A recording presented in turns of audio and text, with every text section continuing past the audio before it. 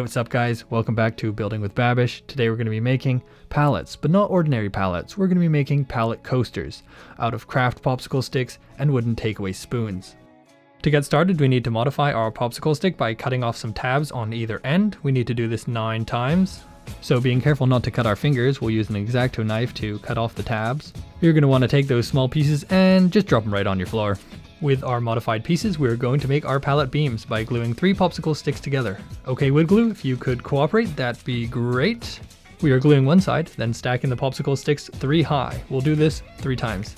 Okay, come on Randy, let's not lose our temper. It's just wood glue. You got this. Now hold it together until the glue sets because you're too lazy to search for small clamps.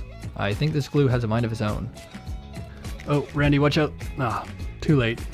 So now we have the basis for our palette. All we have to do is wait for the glue to dry. While you're waiting, practice drumming your favorite song. This is a good time to clean off the bits of wood glue that stuck to your hands. With some scissors, after a few test slices of course, we'll cut the heads off the spoons to make slats for our palette.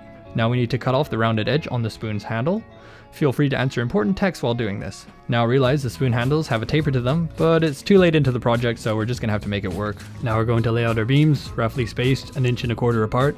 Now we can measure and cut our slats to the right length. We need 3 pieces. We'll be cutting them from the thicker end of the slat. Just flick that guy out of there.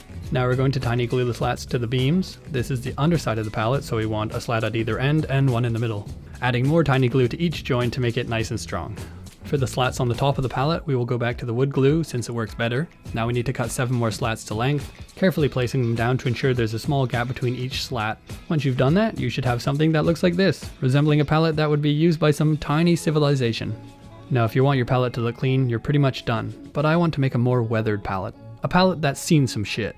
I have some kosher sandpaper here that's 80 grit. This probably should have been done earlier, but once the glue has dried, we're sanding the front and back of the pallet until the beams are flush and the slats are no longer rounded. While we are sanding, we want to sand off any dried bits of glue on any outside pieces of the pallet. For our stain, we're going to be using, you guessed it, coffee. But first, let's waft in some of that nice coffee smell. With a paintbrush, we'll paint on the coffee, making sure to cover every edge. It's okay if it's getting a little dark because the color gets lighter as it dries. So there we have our finished pallet coaster. Let's see if it works. It seems to work pretty good, and it's definitely going to be part of the Clean Table Club. All that hard work makes me want some water. Mr. Babish, I don't feel so good. Hello guys, welcome back to Breathing with Babish. Let's take a nice deep breath in through the nose and out through the mouth. Hello guys, welcome back to Banking with Babish. Let's count some money.